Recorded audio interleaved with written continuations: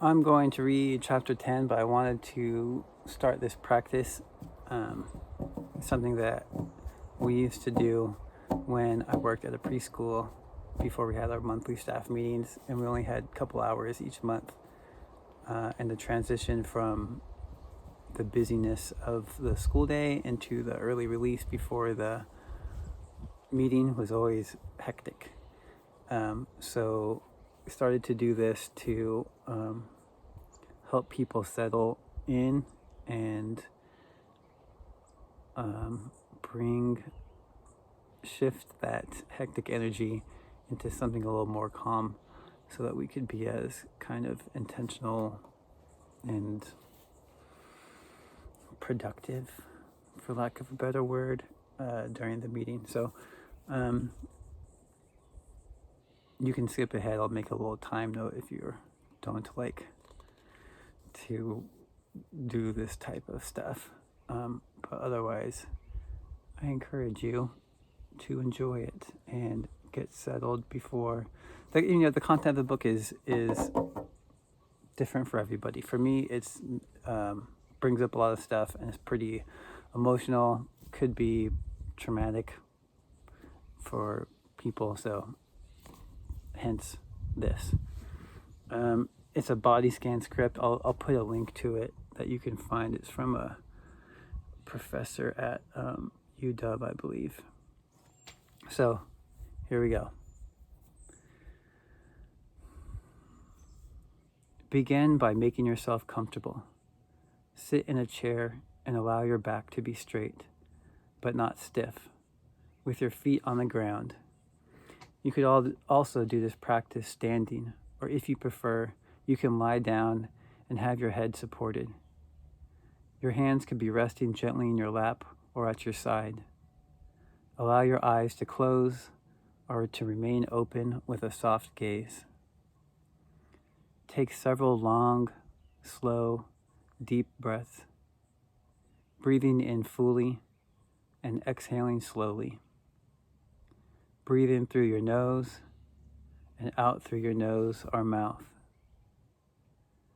Feel your stomach expand on an inhale and relax and let go as you exhale.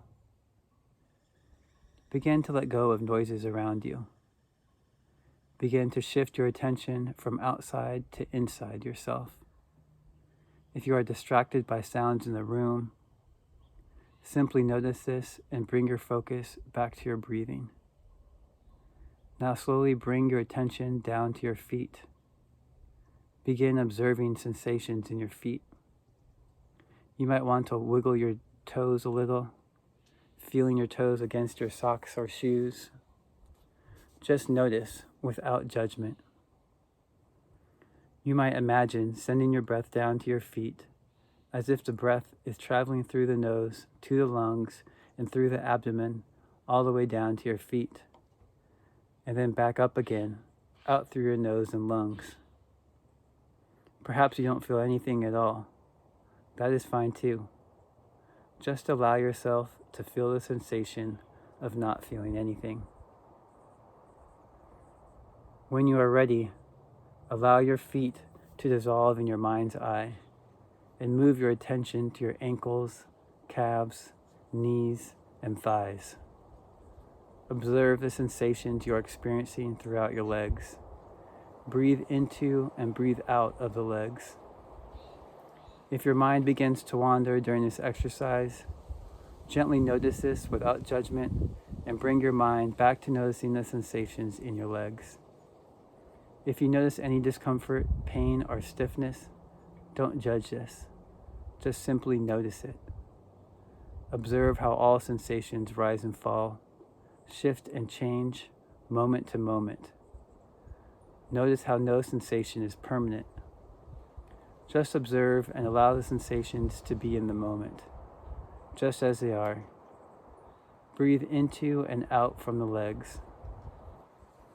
Then on the next out breath, allow the legs to dissolve in your mind and move to the sensations in your lower back and pelvis, softening and releasing as you breathe in and out.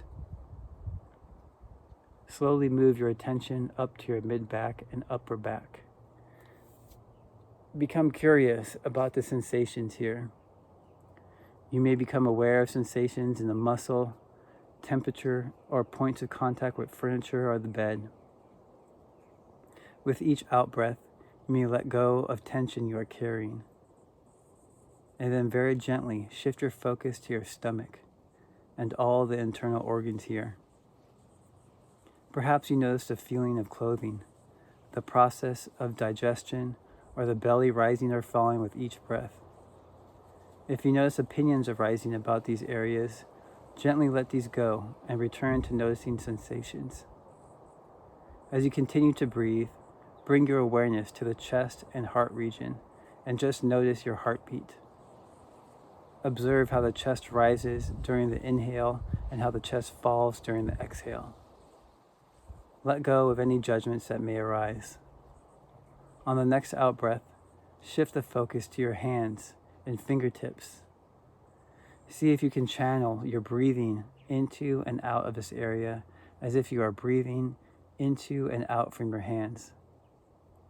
If your mind wanders, gently bring it back to the sensation in your hands. And then, on the next out-breath, shift the focus and bring your awareness up into your arms. Observe the sensations or lack of sensations that may be occurring there. You might notice some difference between the left arm and the right arm. No need to judge this. As you exhale, you may experience the arm soften and release tensions. Continue to breathe and shift focus to the neck, shoulder, and throat region. This is an area where we often have tension. But with the sensations here, be with the sensations here. It could be tightness, rigidity, or holding.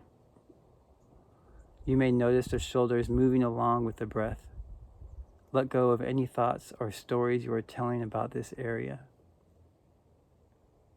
As you breathe, you may feel tension rolling off your shoulders. On the next out-breath, shift your focus and direct your attention to the scalp, head, and face. Observe all the sensations occurring there. Notice the movement of the air as you breathe into or out of the nostrils or mouth. As you exhale, you might notice the softening of any tension you may be holding.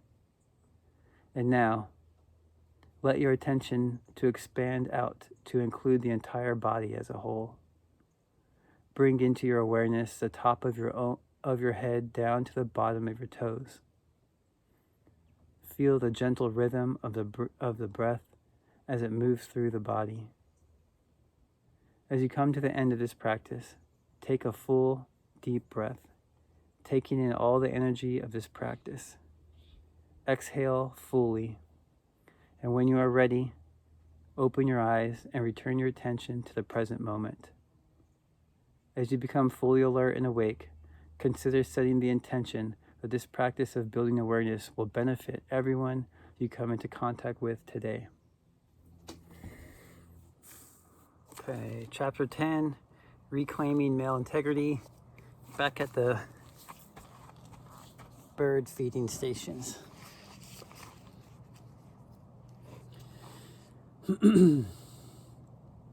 Healing the crisis in the hearts of men requires us all a willingness to face the fact that patriarchal culture has required of men that they be divided souls.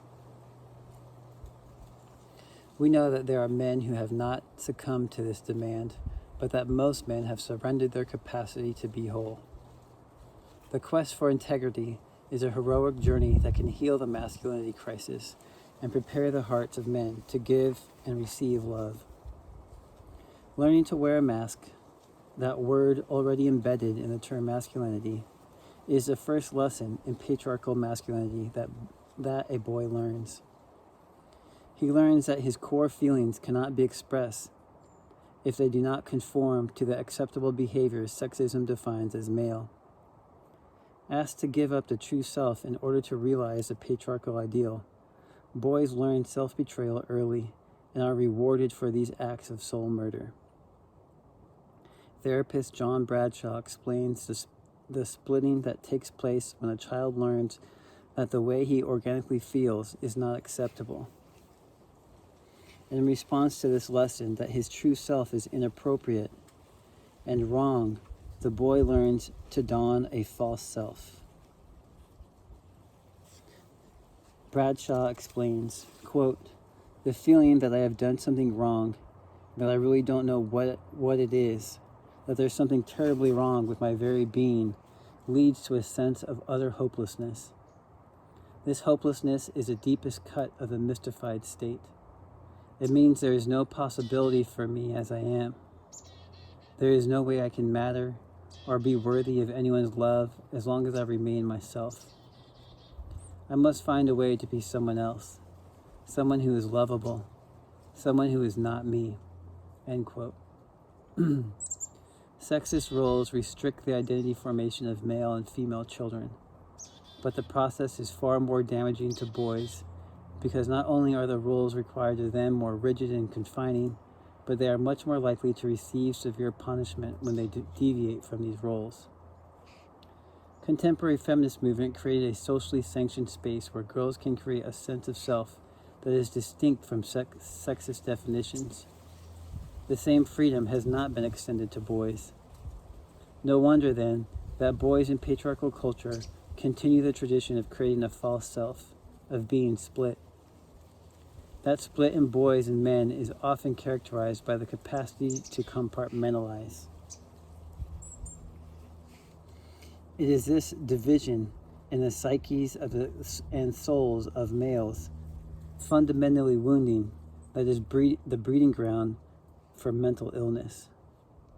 When males are required to wear the mask of a false self, their capacity to live fully and freely is severely diminished. They cannot experience joy, and they can never truly love. Anyone who has a false sense of self must be dishonest. People who learn to lie to themselves and others cannot love because they are crippled in their capacity to tell the truth and therefore unable to trust. This is the heart of the psychological damage done to men in patriarchy. It is a form of abuse that this culture continues to deny. Boys socialized to become patriarchs are being abused. As victims of child abuse via socialization in the direction of the patriarchal ideal, boys learn that they are unlovable. According to Bradshaw, they learn that, quote, "relationships are based on power, control, secrecy, fear, shame, isolation, and distance," end quote. These are the traits often admired in the patriarchal adult man. Emotionally wounding boys is socially acceptable and even demanded in patriarchal culture. Denying them their right to be whole, to have integrity, is not only encouraged, it is seen as a right way to do things. Terence Real says that, quote, "we force our children out of the wholeness and connectedness in which they began their lives,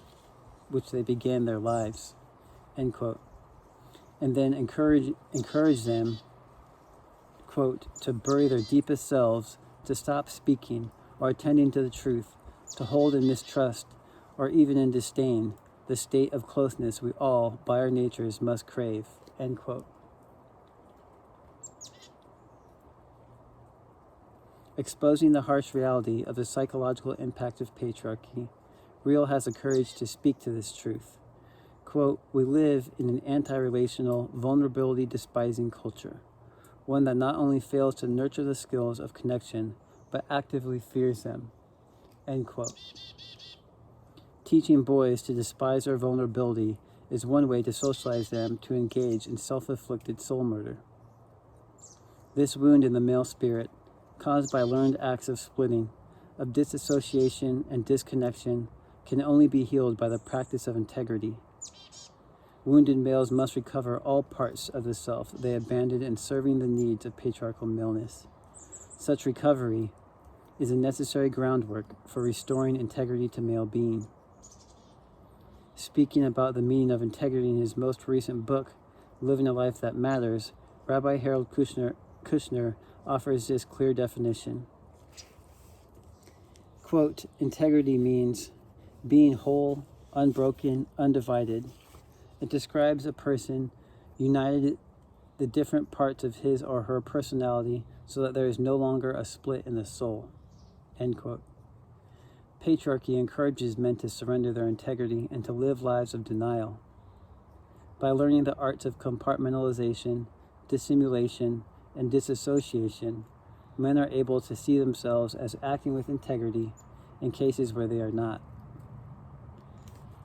Their learned state of psychological denial is severe. Adding to the definition of integrity and further along the road less traveled, M. Scott Peck discusses the root meaning of the term quote-unquote integrity, which is the verb to integrate, emphasizing that this is the opposite of compartmentalization. Quote, individuals without integrity naturally compartmentalize, and patriarchal masculinity normalizes male compartmentalization, end quote. Peck argues that compartmentalization is a way to avoid feeling pain. Quote, we're all familiar with the man who goes to church on Sunday morning, believing that he loves God and God's creation and his fellow human beings, but who on Monday morning has no trouble with his company's policy of dumping toxic waste in a local stream. He can do this because he has religion in one compartment and his business in another, end quote. Since most men have been socialized to believe that compartmentalization is a positive practice, it feels right, it feels comfortable. To practice integrity then is difficult, it hurts. Peck makes a crucial point. Quote, integrity is painful, but without it there can be no wholeness, end quote. To be whole, men must practice integrity. Integrity is needed for healthy self-esteem. Most males have low self-esteem because they are constantly lying and dissimulating, taking on false appearances, in order to perform the sexist male role, identifying the practice of integrity as a core pillar of self-esteem. In his groundbreaking work on the subject, 6 Pillars of Self-Esteem, Nathaniel Branden talks about the way in which lying wounds self-esteem. He confesses that, like many men, he once convinced himself that it was important to tell lies, to protect other people. But eventually, he had to face the truth that lies do not work. To honor his self-esteem, to practice integrity, he learned that the truth had to be told, that, quote, by procrastinating and delaying, I merely made the consequences for everyone more terrible, end quote. Furthermore, he writes, quote, I succeeded in protecting no one, least of all myself. If part of my motive was to spare people I cared about, I inflicted a worse pain than they would otherwise have experienced. If part of my motive was to protect my self-esteem by avoiding a conflict among my values and loyalties, it was my self-esteem that I damaged, end quote. This faulty logic, he describes, is the same that many patriarchal men use to avoid telling the truth and practicing integrity. All too often, we are led to believe that men gain more power through lying and compartmentalization. It just simply is not so. The stress of guarding and protecting a false self is harmful to male emotional well-being. It erodes self-esteem. Much of the depression men suffer is directly related to their inability to be whole. Even though they have been socialized to create and maintain false selves, most men remember the true self that once existed. And it is that memory of loss, coupled with a rage at the world, which encourages surrender of the self that engenders depression. This suffering, the source of which often goes unidentified in adult males, is constant. It leads many men to addiction, whether to workaholism or substance abuse. Workaholism is the most common addiction in men because it usually is rewarded and not taken seriously as detrimental to their emotional well-being. Work is often the space where men detach from feelings. Zukov and Francis describe workaholism as a flight from emotions. Quote, It is a drug that is as effective as the most powerful anesthetic. Workaholism is a deep sleep. It is a self-induced trance that temporarily keeps painful emotions away from your awareness, end quote. At the moment when addiction stopped keeping the pain at bay, many men sink into depression.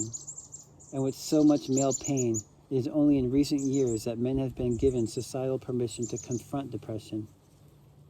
Men suffer depression frequently because of their own unfulfilled expectations or their perfectionism, which can never be satisfied, since to be human is to be imperfect. Often, it is suggested that feminist movement has taken away or undermined male power, and as a consequence, men feel bereft.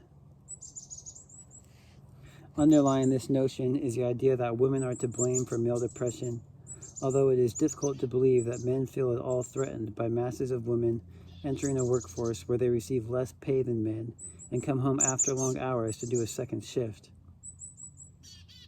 Since a woman outside the home is no longer under the rule of the individual patriarchal head of household, this movement outside may threaten male power more than what women do on the outside.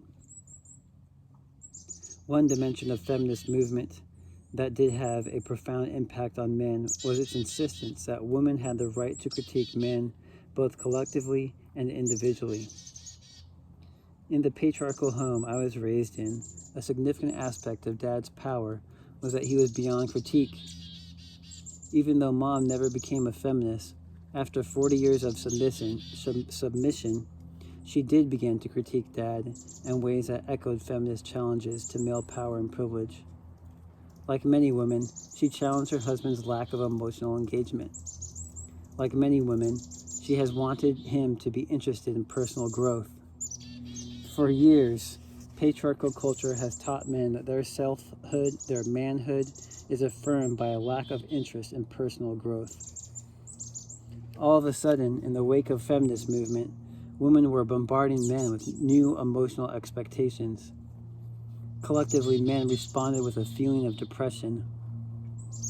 Popular psychotherapist M. Scott Peck reminds us that any time any of us take significant steps to grow, we go through a process of denial, anger, bargaining, depression, and acceptance. The same stages Elizabeth Kubler-Ross identified as those we go through when we confront dying. He gives the example of his being criticized for character flaws by a loved one and resisting the critique. Quote, if they truly do love me to keep on criticizing, quote, if they truly do love me enough to keep on criticizing, then maybe I get to the point where I think, could they be right? Could there possibly be something wrong with the great Scott Peck? And if I answer yes, then that's depressing. But if I hang in there with that depressing notion that maybe there really is something wrong with me and start to wonder what it might be, if I contemplate it and analyze it and isolate it and identify it, then I can go about the process of killing it and purifying myself of it. Having fully completed the work of depression, I will then emerge at the other end as a new man, a resurrected human being, a better person, end quote. Often, however, men find themselves stuck in the place of rage. No wonder, then, that many men seeking to be whole must first name the intensity of their rage and the pain it masks. Writing in the face of the knowledge that he is dying, Joseph Bean confesses in Brother to Brother, Words from the Heart. Quote, what is most important to me must be spoken, made verbal and shared, even at the risk of having it bruised or misunderstood. I know anger. My body contains as much anger as water. It is the material from which I have built my house. Blood-red bricks that cry in the rain. It is the face of posture I showed the world. It is the way, sometimes the only way, I am granted an audience. It is sometimes the way I show affection. I am angry because of the treatment I am afforded as a black man, That fiery anger is stoked with the fuels of contempt and despisal shown me by my community because I am gay. I cannot go home as I am." End quote. Anger often hides depression and profound sorrow. Depression often masks the inability to grieve. Males are not given the emotional space to grieve. Girls and women can cry, can express sorrow throughout our lives. We can just let it out.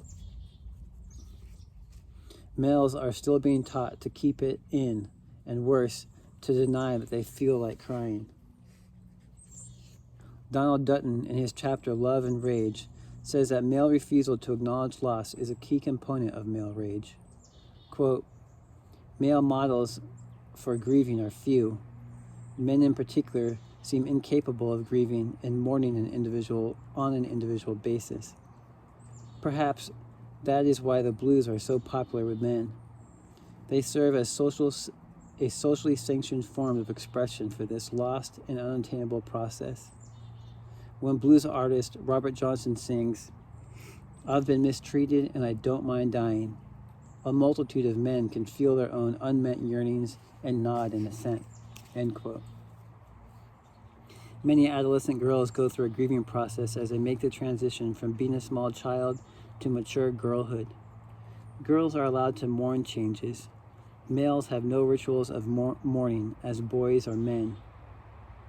One of the reasons the church has been so important in the lives of black men is that it is one of the locations where they are allowed to express emotions, where they can grieve. James Baldwin describes this release of emotions in church in The Fire Next Time. Quote, "Nothing that has happened to me since equals the power and glory that I sometimes felt when, in the middle of a sermon, I knew that I was somehow, by some miracle, really carrying, as they said, the word, when the church and I were one. Their pain, their joy were mine, and mine were theirs. They surrendered their joy to me, and I surrendered mine to them." End quote. It was in the church of my childhood that I first saw men mourn. To grow psychologically and spiritually, men need to mourn. The men who are doing the work of self-recovery testify that it is only when they are able to feel the pain that they can begin to heal. With courage and insight, Neil Lundgren speaks about his inner struggle in his autobiographical essay about boyhood, The Night When Sleep Awoke, confessing his longing to find a father model to reconnect with manhood. Quote, "Just when I thought I had exhausted my search for the father, I began to reach out for therapeutic help. After several episodes of chronic, unexplainable depression, I made the decision to finally stop avoiding the hurt and anger.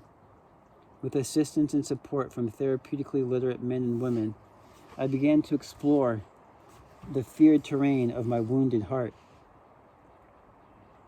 I began to grieve past losses and attachments." End quote. When a man's emotional capacity to mourn is arrested, he is likely to be frozen in time and unable to complete the process of growing up. Men need to mourn the old self and create the space for a new self to be born if they are to change and to be wholly transformed. If a man is not willing to break patriarchal rules that say he should never change, especially to satisfy someone else, particularly a female, then he will choose being right over being loved. He will turn away from loved ones and choose his manhood over his personhood. Isolation over connectedness. Therapist George Edmund Smith remembers learning early that men will respond with rage and rejection if they are perceived to be out of control or making a mistake.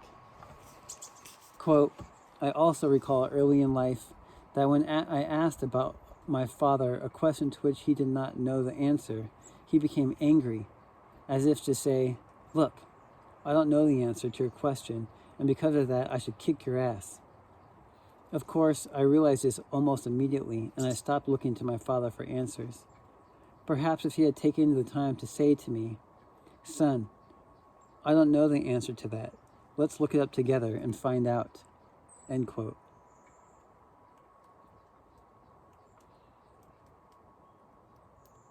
Only a father capable of being whole can have the integrity to acknowledge ignorance to his son without feeling diminished. Men who are whole can speak their fear without shame. They do not need to wear the false mask of fearlessness. Fathers have been unable to share with their sons that they are afraid. They fear not measuring up to the expectations of sons. They fear that the son will see their jealousy and envy of the boy who has not yet severed his relation to feeling, who is not emotionally closed off. Writing about his boyhood, Neil Lundgren recalls, quote, I was in awe of my father, and it seemed to me that I often sensed he was afraid of me. Perhaps he was intimidated by my heart. That was as his used to be when he was a boy, big, full, open, strong, and tender. End quote. Unable to acknowledge feelings, fathers often cover them up with rage, cruelly severing their own attachment to the son and refusing his love and admiration. The competitive performance model of patriarchy teaches men who father that a son is or will be his adversary, that he has to fear his son stealing his glory. Our myths and religious stories are full of narratives in which the son is depicted as the father's enemy, ever poised to steal his power. The dysfunctional model suggests to men that separation can only be forged through violence and death. Only the man who chooses a healthy model, wherein the father figure, the adult man of integrity, the guide who shelters, protects, and nurtures the son, can gracefully attend the assertion of his own son's healthy autonomy. When father figures are healthy, they know when to let go. They can affirm the boy every step of the way. As Thomas More declares in his essay about boyhood, Little Boy Found, quote, if fathers speak to us, we can preserve our golden spirits. Fathers and sons need each other, for they sustain each other. We need to let our fathers be slow to grow up.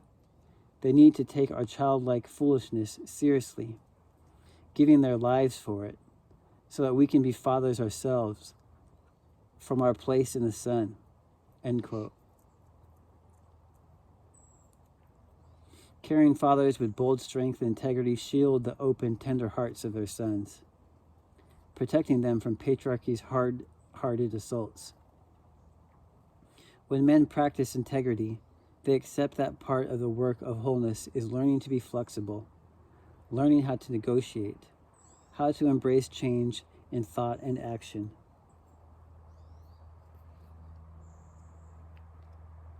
The ability to critique oneself and change and to hear critique from others is a condition of being that makes us capable of responsibility.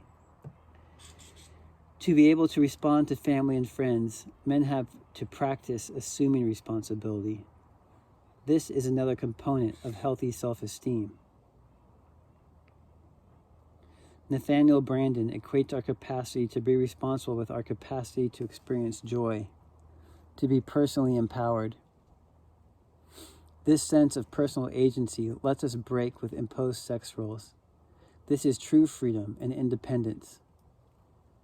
Quote, I am responsible for accepting or choosing the values by which I live. If I live by values I have accepted or adopted passively and unthinkingly, it is easy to imagine that they are just my nature, just who I am, and to avoid recognizing that choice is involved.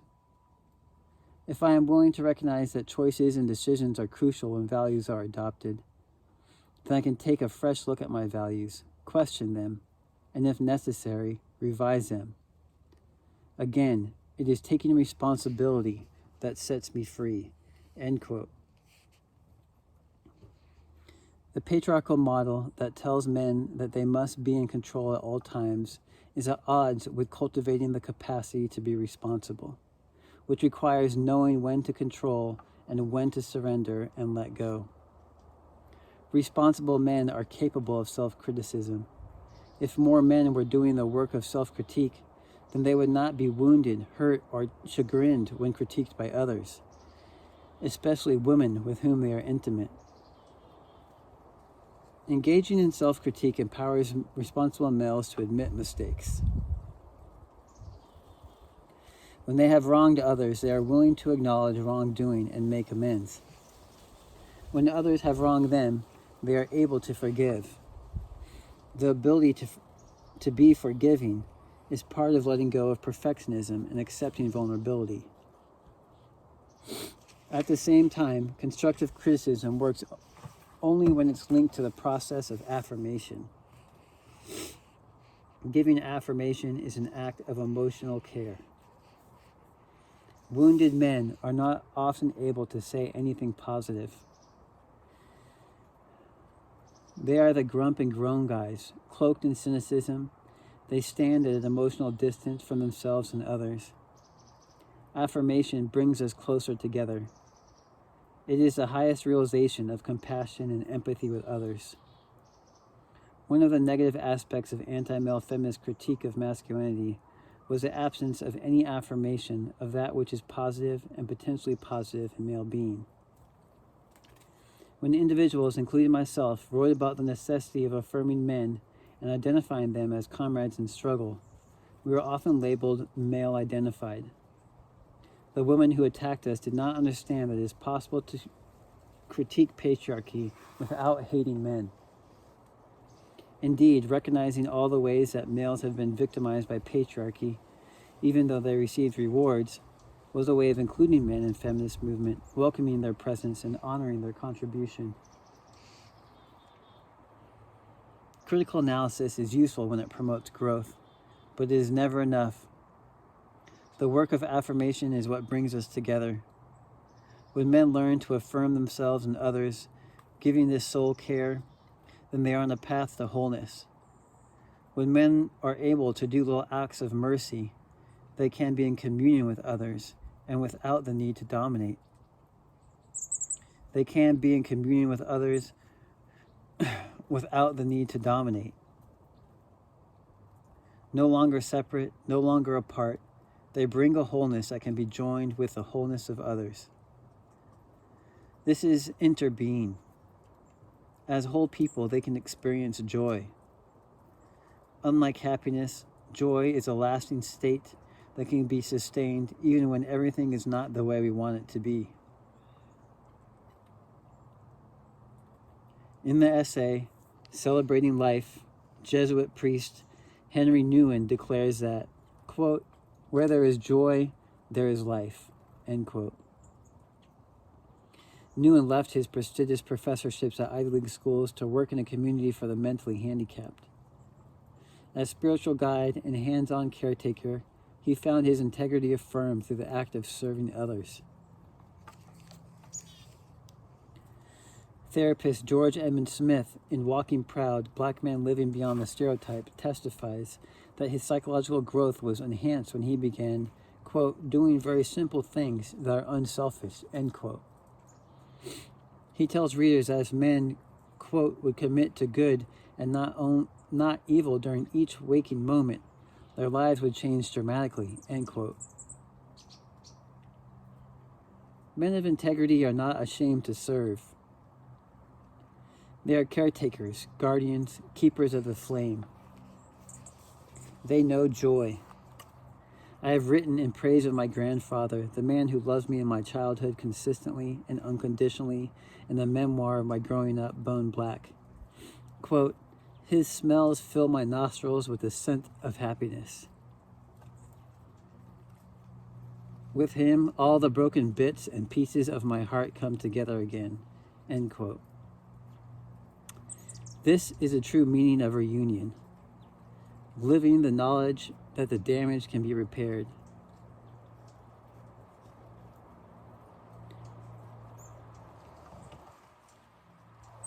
That we can be whole again. It is the ultimate fulfillment that comes when men dare to challenge and change patriarchy.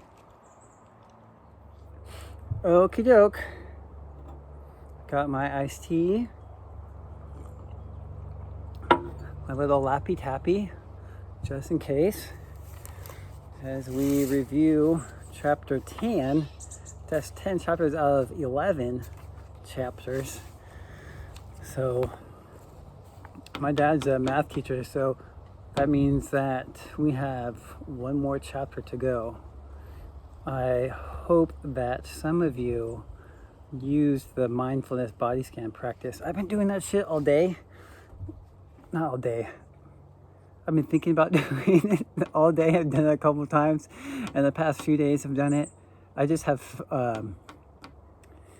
being out by yourself in the middle of nowhere, trying to do work, then the general onslaught of horrible catastrophe happening all day long every day. I have just felt a growing desire to weep and fall apart. So, like I was talking about last time, I think it's good to do that type of stuff. It'd be cool if I would have been doing that for the past couple months, but I haven't. Anyways, long story short, hope you enjoyed it. There's this app I use called Calm, which is a daily meditation thing, like 10 minutes, that I feel is very helpful. Anyways, that's first. Second is, for those reasons, and because just the content of the book in this chapter, that chapter was very difficult for me to get through. So appreciate you sticking through it with me, if you did do that.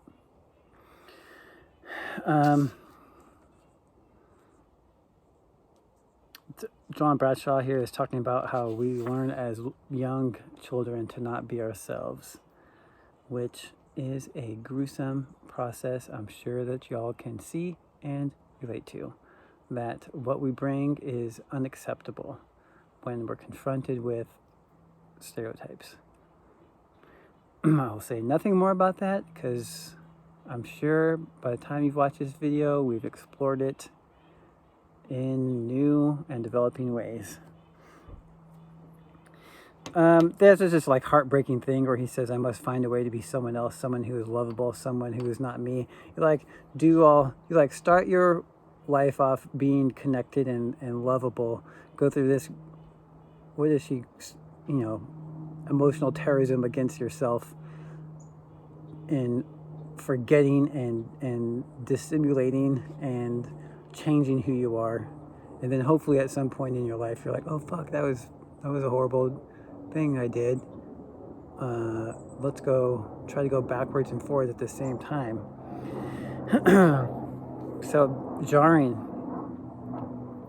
being split. And I just really appreciated this thing about compartmentalizing, which I think is so helpful to think about in terms of how do you talk to friends and family members and strangers and acquaintances or whoever during this time of being like, how the fuck can you say this and do that, or do this and say that, or post this and post that, whatever. And at least in this context of thinking about how men deal with the tragedy of being raised in patriarchal masculinity, where you're forced to sever parts of yourself and lie to yourself, is that you just compartmentalize things and you separate like religion from the malpractices of the employer that you work for or whatever. But also, like, you seem to be a loving person, but you also seem to have a really hard time acknowledging that police are pieces of shit who beat people because they are doing the opposite of working on the racism that's ingrained in them. So it oftentimes gets stuck like trying to make logical sense of all that stuff. And I think a helpful thing is to think that people actually do, or men do a considerable amount of compartmentalizing things in order for us to move through the day and to not have to deal with pain. It's the theme of the book, I think. That's what it was. We force our children out of the wholeness and connectedness in which they began their lives. That starting point of where we, fortunately or privilegedly, if that's where we are when we begin as little babies. That's not true for everybody. Recovery, I really like that aspect too, of thinking about like, it's not necessarily always, I just get trapped in the imagining and reimagining and blah blah blah stuff, but there's like always just like, oh, these parts of me and this part of our culture and community has always already been there the whole time. So it's sort of just about recovering and expanding those things. And then I really like the thing about integrity. I think she's like giving us like concrete steps. And speaking of that, going over and over and over, it seems repetitive. And when she said that at the beginning, I was like, fucking repetitive stuff. But it's like things that you gotta do over and over again, because it hits different once you start working on it. The next time you have that foundation and you grow and boom, and you move forward with that stuff. So thinking about integrity, to integrate, to basically how I understand that is to how you study. Individuals without integrity naturally compartmentalize, and patriarchal masculinity normalizes male compartmentalization.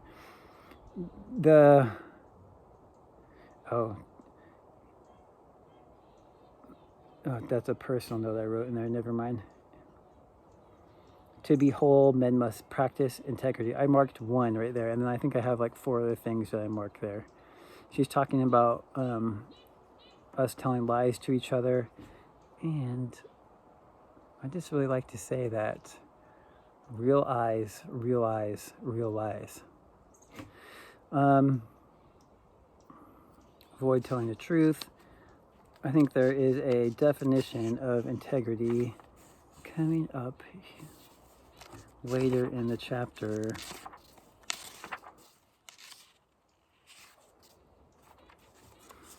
I just think it's important to know that we're on the same page when we're talking about words that get misunderstood often, which is the verb to integrate. It comes up again somewhere. Integrity is need for healthy self-esteem. Means being whole, unbroken, undivided. Describes a person who is united in different parts of his or her personality so that there is no longer a split in the soul. I just think of AOC when I think of that. Moving forward, which can never be since I wrote to say this out loud, which can never be satisfied, since to be human is to be imperfect. Is a fun reminder to tell yourself in the mirror.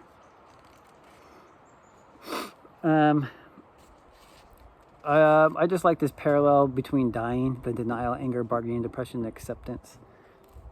Since dying is more and more seemingly in our face and having to deal with, especially if you're like me and you're getting older. Well, you are like me because you're getting older. But if you're at the similar age that I am in,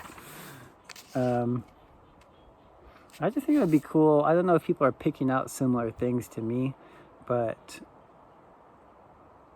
I know the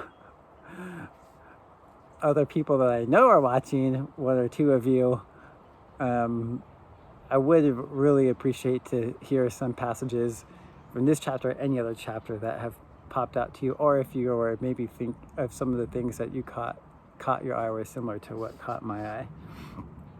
These are some parts here that I like are like very emotional and sad and difficult to like read out loud and to deal with. The Joseph Beam, I am angry because of the treatment I am afforded as a black man. The fiery anger is stoked with the fuels of contempt and despisal shown me by my community because I am gay and I cannot go home as I am. So this is heavy stuff that I think is important for us to be able to react to in a genuine way without suppressing. I was just noticing also that it's just like the physical act of crying is difficult to let yourself, like my initial reaction so much is to like tense up and like breathe and like not let it happen, that I don't even know if I could just like let it flow out if I wanted to. Like a good, just healthy cry. I was talking to my friend about this like 20, how old am I? 40. 13 years ago, and she's like, I cry every day. There's like, I don't remember the last day I didn't cry, which I thought was, and it's not like sad, deep cries every day, but like a little one, a big one, a medium. If a man not willing to break patriarchal rules says that he should never change, then he will choose being right over being loved. Manhood over personhood. There's this part about, again, about confessing his longing to find a father model to reconnect with manhood. And I was talking to another of my friends yesterday about like mentorship and how important I think that I remember being in like college at Evergreen and always being like, man, I can't wait till I get like a fucking cool dude mentor to help me figure shit out. And I think I've had a person like that, like briefly before, but there's no one that I've been like, oh, you've been helping me through this for the last, I mean, I have a therapist who's a woman of color, and eternally grateful and appreciative of all of that. But, you know, obviously a mentor is a little bit different than a therapist. Cool. Anyways, I'm rethinking mentorships and how we can be mentors and who we can be mentors for. Fun project. Even like mentor for your kids' kids. Because, you know, like uncle is different. I don't know. I did a little bit of boys and girls program like 4 or 5 years ago, but I didn't do it long enough. But it's just very precious to be able to establish a committed relationship to a young person, specifically cishet dudes, I think. And perhaps he was intimidated by my heart that was as his used to be when he was a boy, big, full, open, strong, and tender. And that is just a real crushing, heartbreaking, hopeful string of words, I think.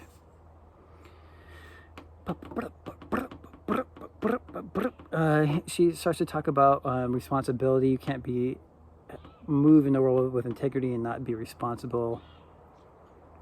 Again, it's taking responsibility that sets me free. This part also was a tearjerker, so I'm going to read it real quick. I am responsible for accepting or choosing the values by which I live.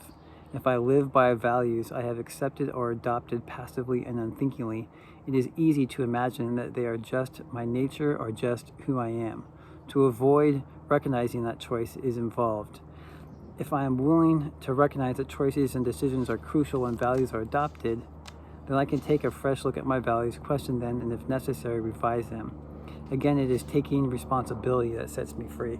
Not like emotional, like a sad story, but emotional, understanding the work involved in that and seeing that in myself and other people that makes it emotional, I think. Being self-critical, going through a process of affirmation and giving affirmation as an act of emotional care. Though these are the other two things, or two of the other things that I counted as like points that we can actually do in our lives. Critical analysis is useful when it promotes growth, but is never enough. The work of affirmation is what brings us together. When men learn to affirm themselves and others, giving the soul care, and then they are on the path to wholeness. So giving yourself affirmation and others. And then the other one is when men are able to do little acts of mercy, they can be in communion with others without the need to dominate. So thinking about affirmations and acts of mercy. And then, unlike happiness, joy is a lasting state that can be sustained even when everything is not the way we want it to be. Where there is joy, there is life. And then another example of things you can do from George Edmund Smith is doing very simple things that are unselfish on a daily basis. If men would commit to good and not evil during each waking moment, their lives would change dramatically.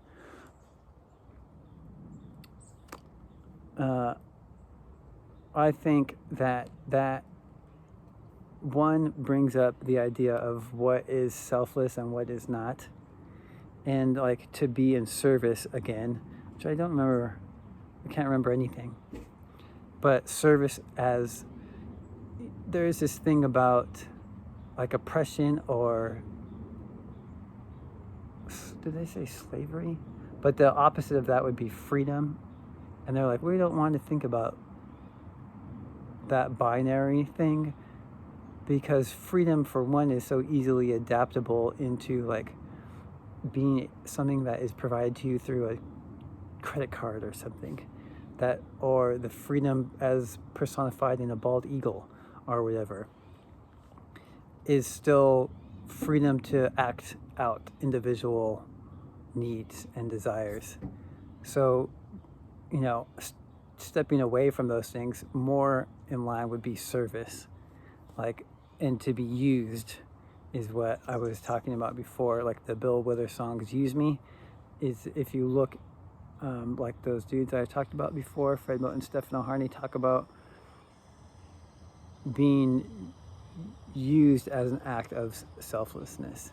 So not being so put off to do things without receiving recognition or feedback or reciprocal acts or whatever. You know, I have to be like, I also think that like I've just become this like more and more unable to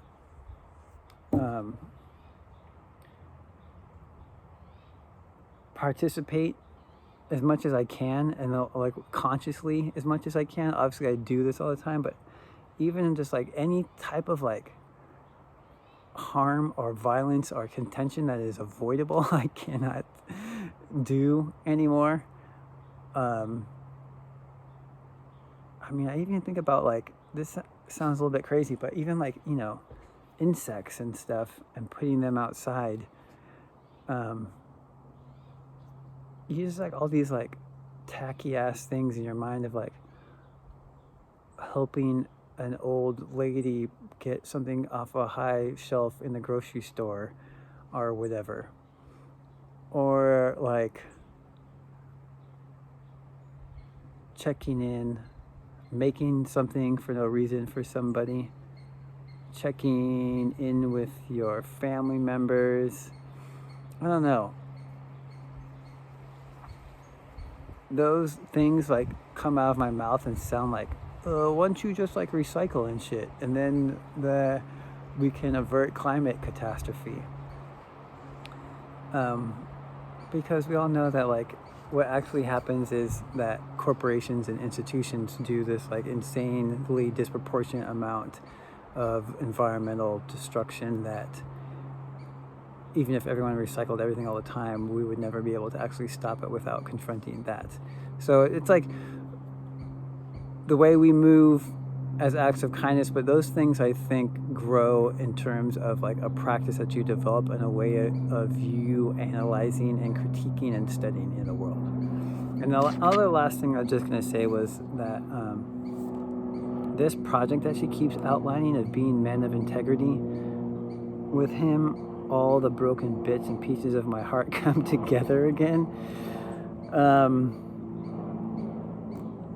Just sounds amazing. And there's only one more chapter of this book, and I'm sorry for being so repetitive, but I also am just going to say thank you very much. And I'm going, whatever happens, I hope that whatever happens, I'm committed to doing this work, is all I want to say, because it sounds, or it continues to sound like option, for lack of a more romantic way to say it. Have a beautiful day.